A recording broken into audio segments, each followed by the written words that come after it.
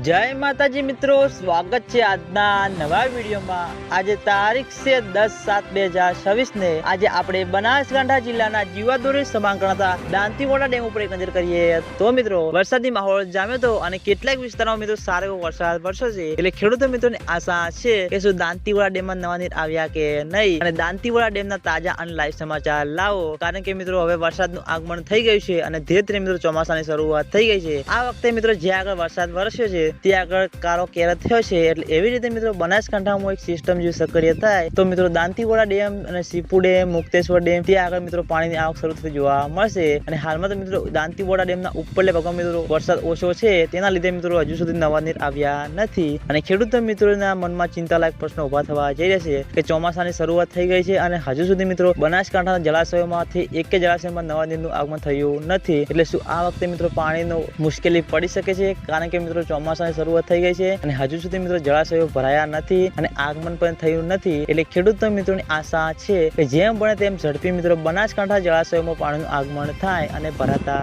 થાય। તો મિત્રો બનાસકાંઠા જિલ્લાના જીવાદોરી સમાંગ ગણાતા દાંતીવાડા ડેમ, સીપુ ડેમ અને મુક્તેશ્વર ડેમમાં પાણીનું આગમન થશે તો સૌથી પહેલા તમને આ ચેનલ દ્વારા વિડીયો બનાવીને જાણ કરવામાં આવશે, એટલે તમે બધા અમારી ચેનલ ઉપર નવા હોય તો વિડીયોને લાઈક કરી દેજો, કોમેન્ટ કરી દેજો અને ચેનલને સબસ્ક્રાઇબ પણ કરી દેજો, જેથી કરીને અમે દાંતીવાડા ડેમ, સીપુ ડેમ અને મુક્તેશ્વર ડેમના તાજા અને લાઈવ સમાચાર લઈને આવીએ તો સૌથી પહેલા તમને ખબર પડી જાય। તો મિત્રો જય માતાજી।